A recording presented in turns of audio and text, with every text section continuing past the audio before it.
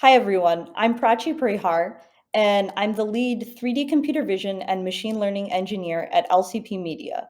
I've been working for a little bit more than 5 years in the computer vision industry, and I know most of you probably don't know what that means. So essentially what I do is I use AI to create, modify, and extract information from videos and images. And before I started working on more real estate related applications at LCP Media, I actually worked in astrophysics, mainly working with images, collecting data on faraway galaxies, and I had the opportunity to use world-class telescopes across the U.S., including in Hawaii, Arizona, and various other places. I got my BA from Princeton University in astrophysics and also my master's from the California Institute of Technology in astrophysics, and then stayed there to do a bit of research. So that's a little bit about my background. Now, I had the opportunity to work over the last few months on creating short form videos specifically for the rental industry at LCP Media. And so I'm here to tell you about some of what I've learned in the process and hopefully encourage you to use short form videos to reach a broader audience in the marketing strategy for your property. So I'm going to jump right in here. And we're going to start with what is short form video. How is it different from other forms of video? So the definition on the surface is pretty simple. Short form video refers to video content that's less than 60 seconds long. And some people disagree on the definition of 60 seconds, but broadly, it's somewhere around 60 seconds. Some people say up to 90 seconds. Some people say up to 45. So it depends on who you ask, but 60 seconds is a good rule of thumb. And although short form video isn't limited to social media, a lot of its popularity and use has really come from being shared on social media. So we pretty much take it for granted these days that people primarily access social media through their phones. And so short form videos are intended to be quick, easily digestible for viewers that are scrolling through their social media feeds or other outlets. So most of the social media platforms that we've become familiar with really have a prominent feature that revolves around short form videos. TikTok, for instance, can have videos from 3 seconds to up to 10 minutes, but the average video that's posted is actually between 30 to 40 seconds in length. And TikTok was probably the platform that really made short form video the most popular, and a lot of the other ones followed along. So Instagram came up with Reels, Stories, and which we've probably heard about, and even Carousel, which is a series of images and videos. Reels, for example, are recommended at 15 seconds or less. So we're really moving towards videos that are shorter in length. YouTube Shorts can be up to 60 seconds in length. Facebook stories by default have a length of about 20 seconds. And Snapchat Spotlight and stories are also meant to be pretty short, maxing out at 60 seconds. So, why is short form video so popular and really what made it this popular? So, it's not a new concept. In fact, there used to be this short form video app in 2012 that I don't even remember called Vine. And they were really an early pioneer of the format. But why has it suddenly become more popular recently? And I think the reason is actually because we all have mini supercomputers in our hands all the time. And I say mini supercomputer because given the snappiness of phones today, they honestly would have been considered supercomputers about 20 years ago. And so because of the accessibility of our phones, our preference for information consumption has fundamentally changed because it's so much easier to just scroll through Instagram reels while waiting at the doctor's office rather than flipping through a magazine. So, some things besides just having access to our phone, because there's a lot of different formats you could look at on the phone, that have made short form video really popular, is that it's super easy to create. The easy creation allows for more spontaneous content. It's also really quick to edit, and it's really quick and easy to snap and share unfiltered opinions, quickly stopping by a cafe, anything. And this allows short form videos to be a lot more authentic, which makes them appeal to a lot of both consumers, but also just in your friend network. Short form videos are also super shareable, so they can be shared quickly and easily with your friend network. This also promotes a lot of engagement because it's very easy to respond in the form of your own short form video by creating it in just a few seconds. And this social element is really what allows these videos to quickly reach a wide audience. Secondly, like we talked about with the phones, they're very easy to view on the go. Short form videos are bite sized and really easily to digest, and they don't demand a lot from their audience in terms of focus. They hopefully get to the point right away before anyone gets distracted. People these days don't necessarily want to make a long commitment to focus while they're relaxing or passing time in their spare time. And because short form videos lack the inertia of time commitment, it's really easy for users to keep scrolling through the videos for quite some time.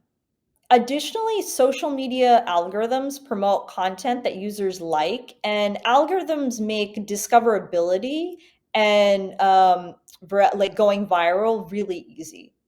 What this basically means is that users' feeds are filled with content that's specifically targeted to them, or they're filled with trending popular content, which helps make more popular videos even more popular.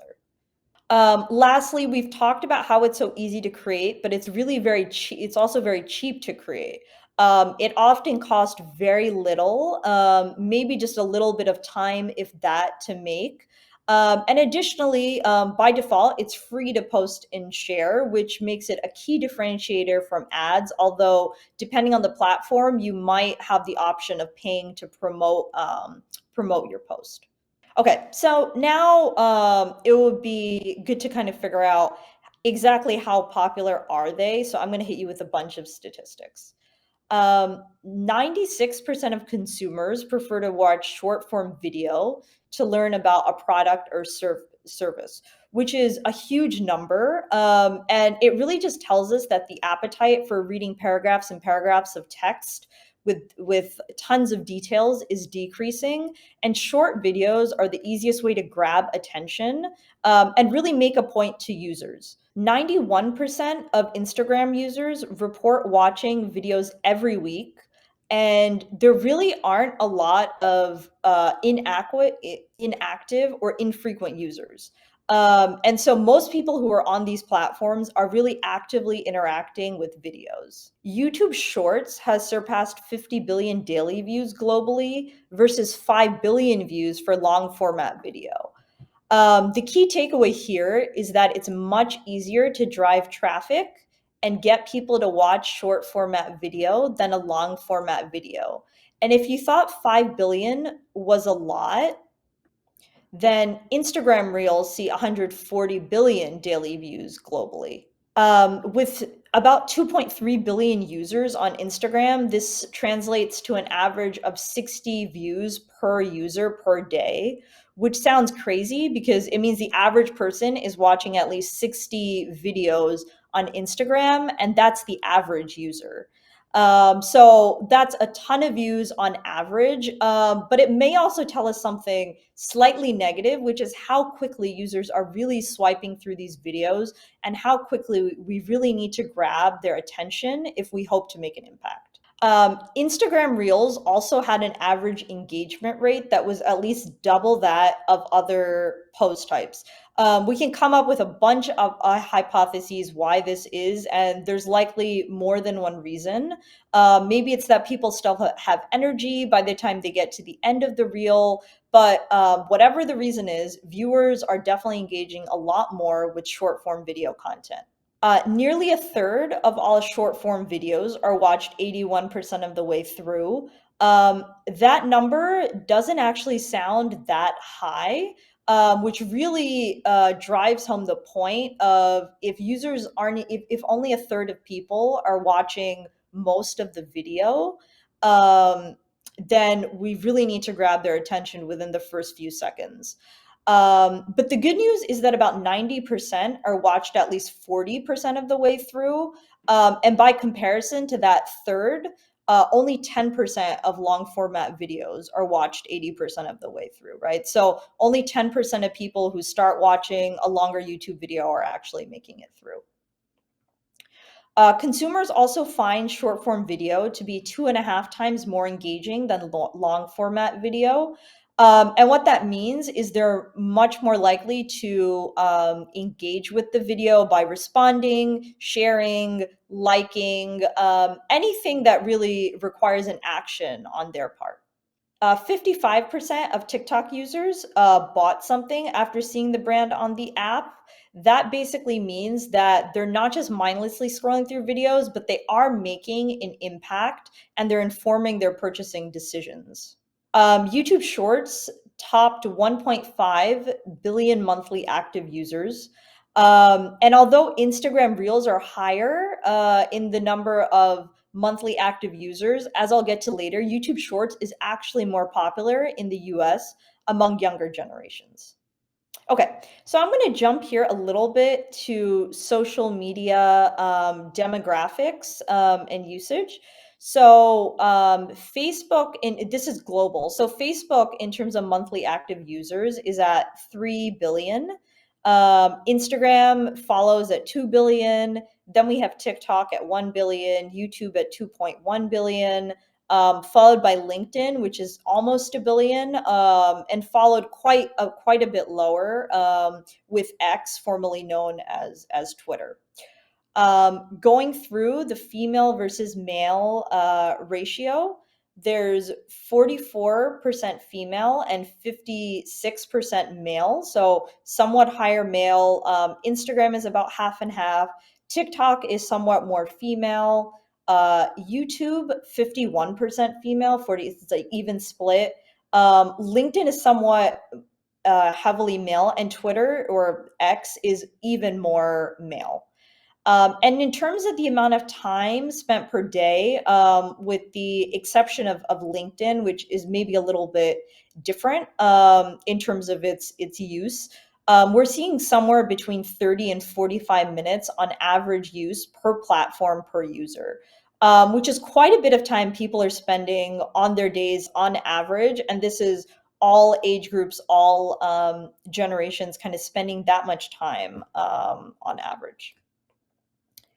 So one thing you'll notice is that the largest demographic that really uses these, if we pay attention to the largest age group, is really millennials and Gen Z, right? So about 18 to 40 is really the largest user of most of these social media platforms.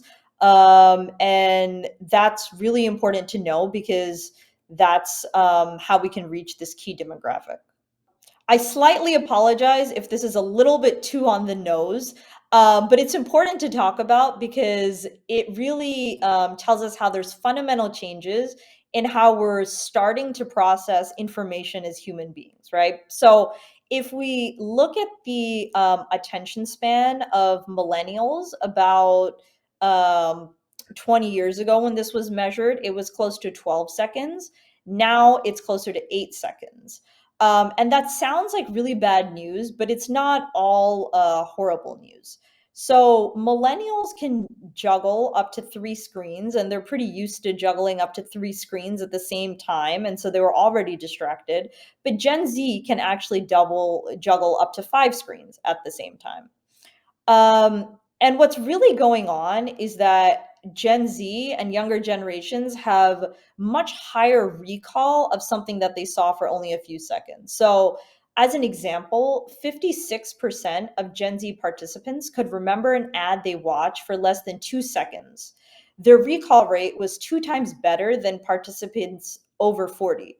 So, that's really a good thing for marketing and for short form video in general, because it means although we have to work really hard to make the impression in the first 5 seconds, it also means we need less time to make an impression. So if users are scrolling through, let's say 100 videos per day, and we can get in front of them for 5 seconds and make an impact, that's a pretty broad audience that we have access to.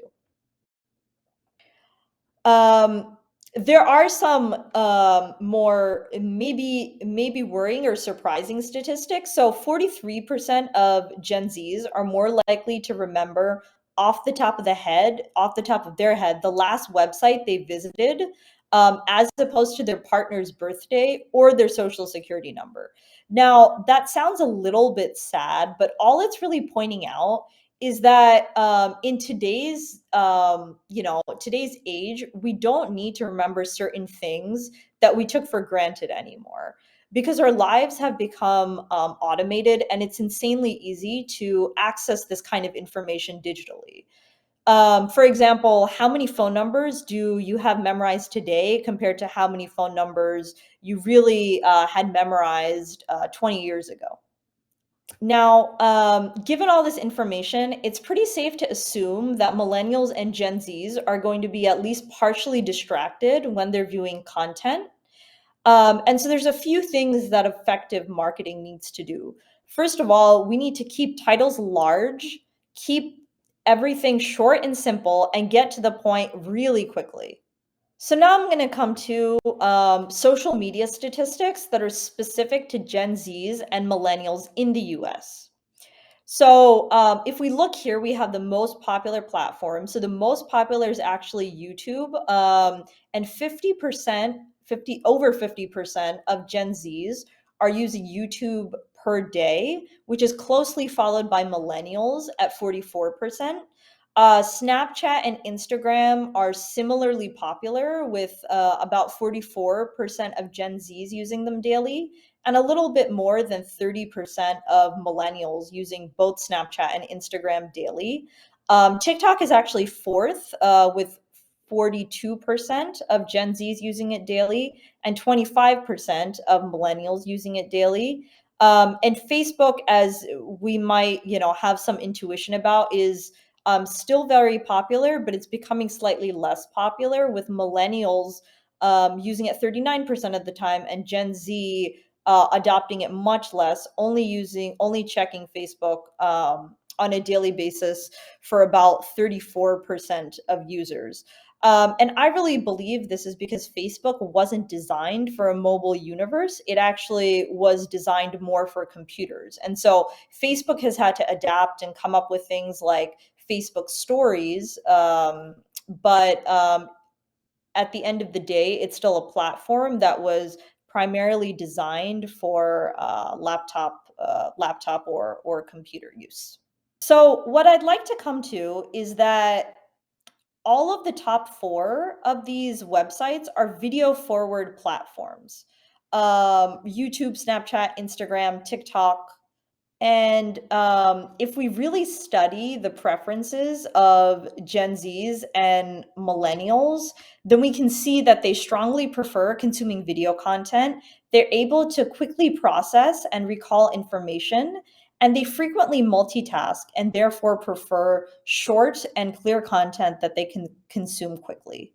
All right, so now we're going to jump actually a little bit to the rental industry and look at some rental trends so we can connect this all together. So, although the percentages of generations that rent is actually a little bit more evenly distributed than you might even expect, um, 34% of renters are 35 or younger, which is actually lower than I expected. That doesn't necessarily translate to applicants. So the percentage of applicants, under 40 is much, much higher. Since younger generations are a lot more likely to move around as they're earlier in their careers, they're figuring out what they want to do with college, they're exploring different areas. I have 27% of Gen Zs bolded there because this is a steadily increasing demographic. Whereas millennials have bought a lot of homes over the last few years. The percentage of millennials that are actually applying has gone down, whereas the percentage of Gen Z in terms of what makes up our applicant pool is a generation that's going to keep growing. You can also see listed on average how often a member of each generation moves. we don't really have data yet for Gen Z because they're just getting to the point in their lives where they're finishing college. They're maybe in their first rental. Many of them are just getting to the point where they're moving away from home and moving out of their parents' place. So we don't have confirmed statistics on Gen Z yet. But for baby boomers, you can see it's more than 6 years. For Generation X, we're looking at 4 years on average, and millennials, it's 2 years on average. So because of that, the skew for how much more likely millennials and Gen Z are to move, about 72% of the target population for rentals is actually composed of Gen Zs and millennials. And this isn't to discount the other 28% of older renters. But the issue is that the traditional marketing strategies that have worked in the past are much less likely to keep working for these younger generations.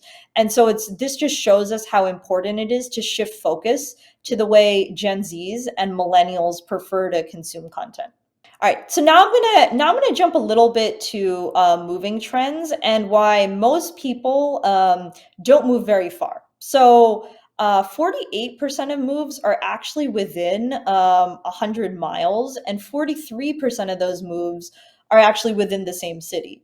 So and 35% of those who moved to a new city actually stayed within the same state. So there's only about 22% of moves that are out of state, and about half of moves are within 100 miles, with the other half being over 100 miles, right? So more than half moves, more than 50% of slightly more than 50% of moves are above 100 miles, but most people are staying within that 100 miles. And then very few percentage of people are actually moving out of state.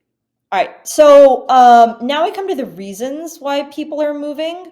And this was a bit surprising to me. So only 26% of moves are actually career related. And the other reasons, family, economic, lifestyle, are broadly personal, right? So 74% of the reasons are primarily personal, with 32% of people actually moving for better weather. 37% of people lowering their taxes was a consideration. For 38% of people, climate change was a consideration. 39% of people, they considered political reasons or political preference while moving. 43% of people chose to live somewhere based on a better culture, and 45% of people really considered a lower cost of living while they were moving. Now, what all of this tells us, both the distances people are moving and the fact that these reasons are primarily personal, is that many moves may not be urgent or even necessary. And what does this mean for us? So, quickly to recap all the trends we've talked about, the heaviest social media users are Gen Z and younger millennials with a strong preference for short form video content. Secondly, 72% of rental applications come from millennials or Gen Zs. Now, many moves may be optional and or non-urgent. So up to 74% of moves could be delayed. And so there's a large market segment that's passively open to moving. And the takeaway here is that not only can short form videos help us reach those that are actively looking for rentals, they can also get our rentals in front of those who are passively open to moving. And more than that, they effectively target the demographic that's most likely to be considering or open to moving. So now we come to the role of short form videos in the customer journey. Now, we know that short form videos are brief, engaging clips that have become a really powerful tool for businesses to connect with potential customers and influence their decision making process. I'm going to talk about how they specifically impact the customer journey. So the first is awareness, which is basically getting, your apartment, your property in front of customers to even let them know it exists. They're also useful to highlight any exceptional features, offering whatever value the property brings. And social media is a very effective tool to help make videos popular and allow them to reach a broader audience. The other big, probably the biggest, and why I have it in bold, way we can get people in the door is because short form videos are so engaging and they're designed to capture the viewer's attention very quickly. And we've already talked about how engagement rate for short form videos is significantly higher than other types of media. What this translates to is that viewers are more likely to take the next step after seeing a short form video. And this is really key because it can be an effective strategy for viewers to reach out and arrange an in person property visit or drive traffic to the property website or a virtual tour, images of the property. And that's a fantastic thing that can get potential renters through the door. The third thing here is education. So videos can effectively educate consumers about the property using video content itself because it drives higher engagement, but they're also, like we talked about with the engagement, they're more likely to click associated links and get further information. So one really important thing to focus on is that we make it easy for potential renters to engage after watching a short form video.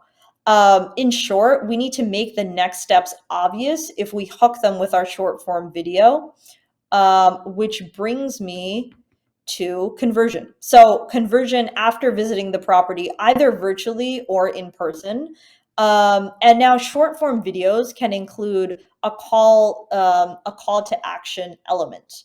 What that means is clickable links or prompts to lead you to, for example, the property website.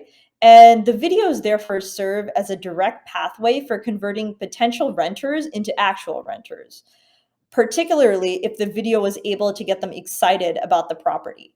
Now, beyond social media, short form videos can be included in follow up emails. Now, the reason including visuals in follow up emails can be such a key thing to do is that for someone who's been exploring multiple properties, follow up emails with eye catching visuals can really help your property stand out and significantly increase the conversion rate to actual renters. All right, the last point here is customer retention. So even after moving in, short form videos can really continue to engage renters and increase the chances they continue renting at the property. Now, specifically how they do that is that short form videos are the preferred method of communication and it promotes the most engagement. We know that. But what this allows us to do is more humanize the social interaction and help build a sense of community. As an example, if you're hosting a social hour for your property, post about it on social media and let residents that are excited about it spread the message. Think about how much more engaging this content would be for residents than a simple email blast, which, by the way, there's no way to react to email. Furthermore, having a social media profile that's showcasing your best social or other elements of your property using short-term video, it also allows you to rely on your resident community and highlight your vibrant culture. This can really help to attract new potential renters as well, possibly friends or the entire network of whoever your current renters are. So hopefully by this point, you're convinced that we need to have social media and in particular, short form videos be an important part of your marketing strategy. So now we're going to switch gears a little bit and talk about some best practices for actually creating short form video. And first, I'm going to talk about the different platforms. So we've sort of, hinted at this already, or maybe even directly mentioned this, but short form videos really need to be less than 60 seconds in length. And here's the recommended video length per social media network. So Instagram stories are, limited to 15 seconds. Instagram reels are recommended at 15 to 60 seconds. Facebook stories, less than 60 seconds. LinkedIn, 30 seconds. TikTok, actually, the recommendation is only 7 to 15 seconds. X, 20 to 45 seconds. YouTube Shorts are recommended at 15 to 60 seconds, and Snapchat at 7 seconds. And Pinterest is also very short at 6 to 15 seconds. Okay, so now, if you haven't been or have been using short form video, I'm going to talk a little bit about how best we can start incorporating or build a strategy around short form video. So, the first step is to analyze current social media marketing practices. So, the first question is, are you using any social media platforms? And if you are, then are any of those bringing in renters either directly or indirectly? And by the way, if that isn't being tracked, then it may be a good idea to start tracking that in any way that's possible, so that we can start learning from that and really informing our marketing strategy. So, secondly, is there a managed business presence on all the most popular platforms? So, maybe you're on Instagram, but not on YouTube. So, are we effectively targeting all the most popular platforms? And then, if you do have some statistics and you are being successful on social media, then what kinds of posts are driving the most engagement? What are people asking questions on? What's triggering maybe follow-up posts? If any, what posts are people reacting to? Okay, so what's really important, even though I'm laying out all of these rules, is that you shouldn't be afraid to experiment. In fact, it's really important to experiment both to figure out what works, and in fact, variety in your post can really help users engage with the content. No one wants to keep seeing the exact same post with just a few modifications over and over. That's not going to help. So, experimentation and creativity are really going to help make the content more engaging for people who were able to get to watch videos. This is something that is a bit unfortunate, but creating a video is never going to seem like the most urgent thing to do. So it's a really good idea to schedule your videos either on some kind of a weekly schedule, or maybe the schedule relies based on key events. For example, every time a unit becomes available, every time there's a community event, anything like that. It's perfectly fine, especially if you're low on time, to reuse a video post on multiple platforms, as there's really no need to duplicate effort. For example, you can repurpose TikTok videos to Instagram, or Instagram videos to YouTube Shorts. So there's no reason to go through 3 or 4 times the effort on all the social media platforms. It's very easy to use the same post, basically, right? And you might be able to hit another audience. The other way to easily create content for short form videos is actually to repurpose longer videos into a short form video. This has become really popular on YouTube Shorts, particularly because a lot of YouTube Shorts, if you'll notice, are actually basically little ad clips, effectively, for longer format videos, right? So while longer format videos are still something that people watch, what's driving a lot of the traffic to the long form videos is actually the short form videos.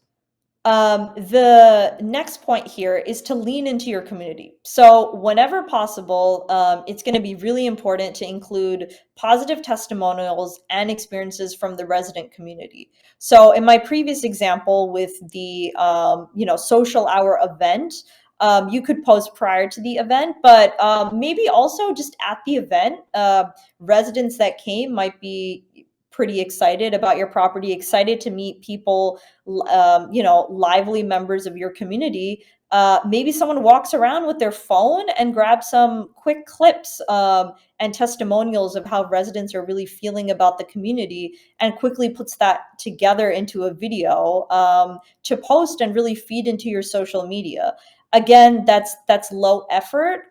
People may start engaging and posting their own short form videos as responses, but we can also kind of drive that engagement by doing that ourselves. And last, engage, engage, engage. So it's really important, once we're driving this engagement, to follow up, because if users are really responding, but we're not being responsive and responding to their messages and really seeming as excited as them, then we aren't able to most effectively make use of that audience. And another thing that's really important to Gen Zs and millennials is just authenticity and humanness, for lack of a better word. So whenever possible, whenever we can find a way to make a human connection with social media users through short form video, that's going to be super key to getting people to then engage back and respond to our post positively. All right, so this brings me to short form video best practices. And that's, if you're making a short form video, what do you actually need to pay attention to? So most of the time, you're going to want to use vertical content, as most social media is being viewed on a mobile phone. And most platforms prefer vertical video posts, as they're a lot more likely to get watched than, say, a horizontal post that's only going to take up maybe a third of the screen. Next, it's very, very important to actually hook your audience. You have about 5 seconds.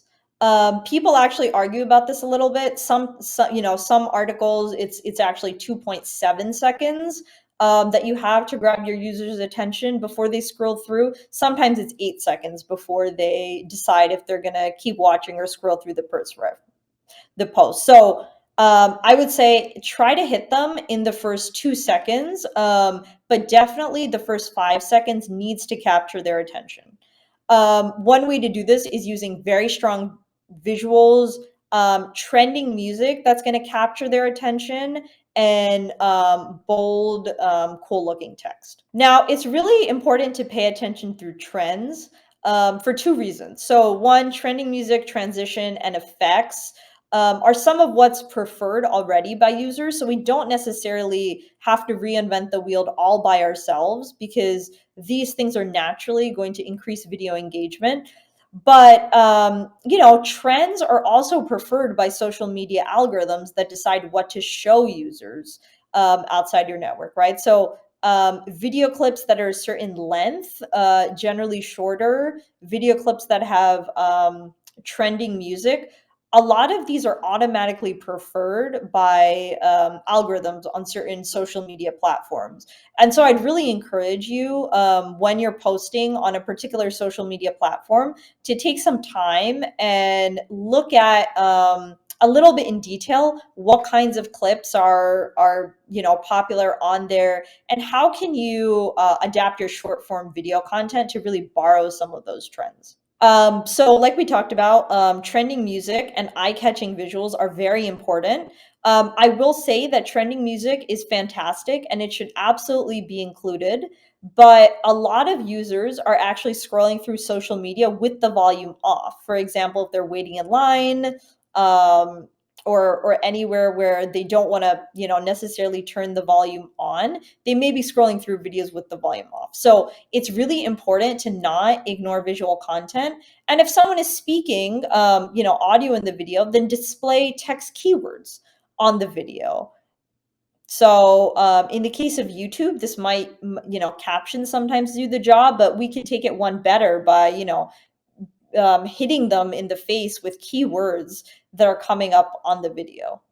We've gone over this many times. So it's very important to make the video less than 60 seconds, probably 30 seconds is best practice. Now, videos longer than 60 seconds actually tend to stress users out. And what that means is that no one is going to make it to the end or have enough energy towards the end to actually follow up on your video. And videos in general should include a call to action.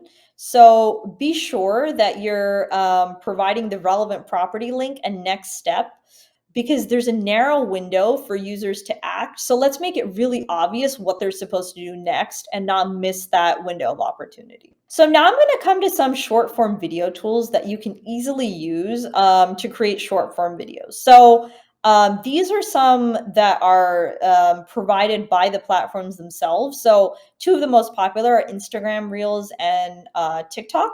So these have features in app for you to be able to add videos and images, and you can either record those live using your phone camera, or you can pull from your camera roll, right? Just any videos or images that you've selected. You can just add transitions in the app, add text in the app, add music or animations in the app, and add a bunch of effects that you want. I do encourage you to look into whatever platform that you're using and kind of what's available on there.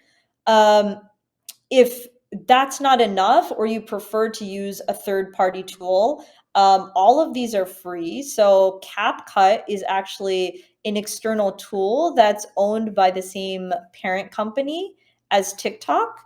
And so it has everything that you need to create short form video and a bunch of special effects and professional transitions. So the next two are provided by Adobe, and the first is Adobe Premiere Rush, for which the basic version is free, and then they have a professional version. This one is a lot more full featured with special effects, very professional transitions, and it can help you easily create high quality short form video content, even as someone who's not a professional in the video editing space. Adobe Express is much quicker than Premiere Rush with preloaded templates, and it makes editing on the fly much easier. So depending on what features you need access to, some of these might make it much easier to create those short form videos. So now I'm going to jump to Tour Builder Clips, which is something that I worked on. And Tour Builder Clips is essentially an AI-powered pipeline that automatically generates high-quality short-form videos using information from a Tour Builder Go or Tour Builder Pro virtual tour capture. And essentially what that means is, while these other tools have you manually assemble and edit the content, Tour Builder Clips, when you record a virtual tour, automatically takes that content, selects the most compelling content, most visually appealing content, and puts it together in a video that's ready for you to download and upload and share with your both your residents and your broader community. So here, I'm going to go ahead and play an example.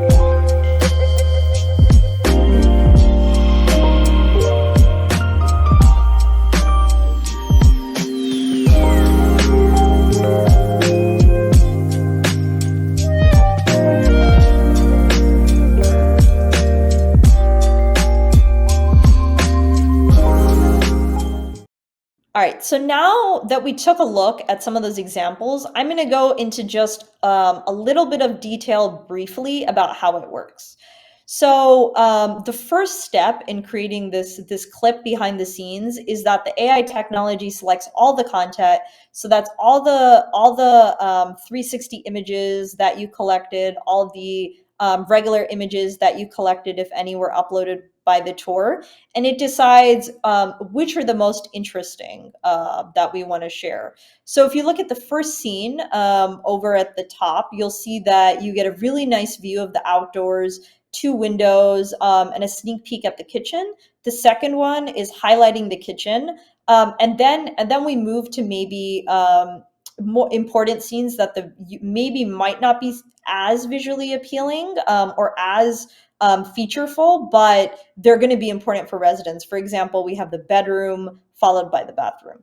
So now that you've selected this content, it's also really important to automatically select the best view.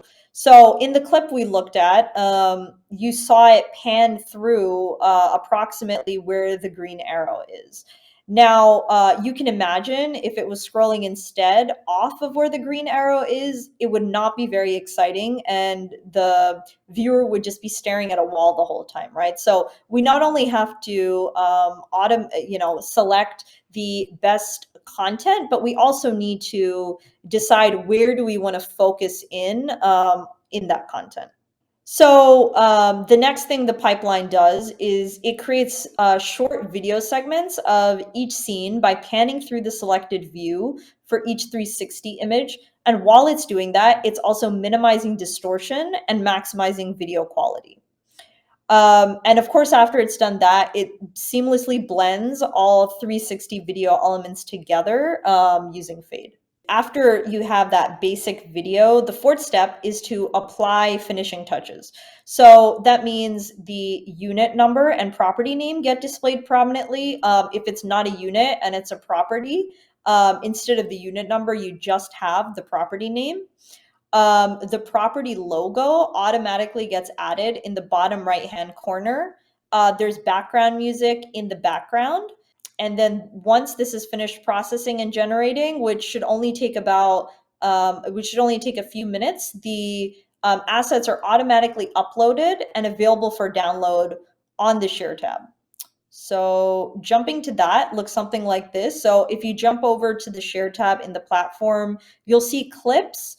And this allows for quick and easy download. So you can just download the video and upload easily to social media accounts for every single unit or property that's captured. Now, you'll see we have two formats here. So we have vertical and horizontal for the videos. Vertical, as I mentioned, is the format that's most preferred on social media, but we've included horizontal just in case you desire that for another purpose or want to show the clip, for example, in a presentation, any kind of landscape format. And you'll also notice that I have GIFs here. So let me come to GIFs. Now, GIFs technically are not videos because it's an animated image format, but it's really fulfilling the same purpose as a short form video here in terms of our audience. And because videos actually aren't supported in certain communication methods, at least for automatic playback, GIFs really fill in a gap. And one of the key things that GIFs can be included in is emails, and they'll automatically play on loop. So if you embed a video in an email, the user is going to have to click play, but the GIF will just automatically start playing as soon as they open the email. So remember that you have less than 8 seconds or maybe even 2 seconds to capture someone's attention and remind them about the property. And as a case in point, I would guess that most of you have been looking at this GIF rather than reading the text on this slide, hopefully, because it's a lot more attention grabbing, especially with the quick scene changes. It really draws your attention. So one thing is that this can be done manually. For example, in a follow-up email, if someone visited the property in person, the agent can reach out and send them an email with the GIF to kind of remind them of, hey, I know you visited the property. Here's a GIF or of the unit, which can link out actually, which I'll talk about in a second. But the other way to do this is also to set up automatic integrations in an automated system, so that when people do certain activities, they're automatically kind of sent a reminder email. So for example, if they visit a virtual tour, maybe the next day or a couple hours later, they're automatically sent an email with a GIF, which links out to the virtual tour and kind of gives them a set of next steps for following up with the property.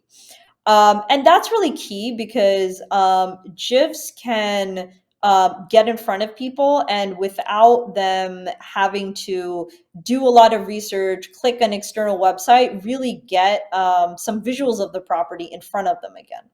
Now, GIFs, I do want to mention, can also be used in social media messages or posts, especially replies on social media or direct messaging. And on there, it'll automatically play without users clicking. A lot of you might be familiar with that. GIFs have become a very popular way to show reactions on social media and messaging. So we only have a few minutes left, so I just want to go over video takeaways quickly. So a few things we went over is that demographics for social media users are closely aligned with the demographics for renters. Next, attention spans have definitely decreased, but recall has actually increased. And the way younger generations process information has fundamentally changed. Video content is the most popular format for social media consumption. And in fact, short form video is even more popular in terms of the number of views by about 10x than long form video content. And there's also a large market segment that's passively looking to move and can be effectively targeted using social media. Short form video is really the key for engagement before visiting a property and conversion after the property visit. And following best practices for short form videos, such as length, grabbing attention, bold text, trending music, is a lot more likely. It makes it a lot more likely for customers to actually engage with the content. Now, there's many free tools that are available to help you create custom short form videos for whatever content you have, whether that's images or videos on your phone.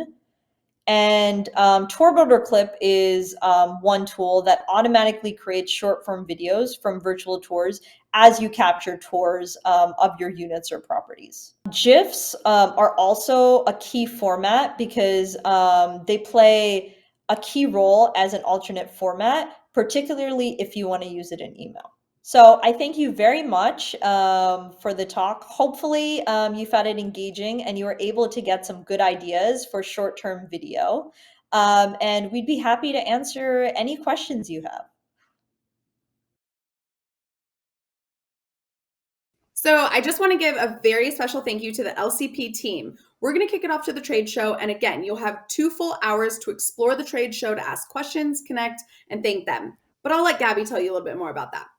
Thanks, Sam. So we really built today around the trade show so that you can maximize your time with each of our valued sponsors. All you have to do is to click on the sponsors tab at the top of your screen, and from there you'll be able to hop into each of their pages and check out what they have to offer by clicking through their tabs.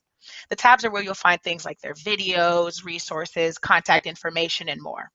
You'll also notice that some of the sponsors have a Let's Chat option on their page. Clicking on that will take you to a Zoom room where you can interact with them live. So try it out and have some fun mingling.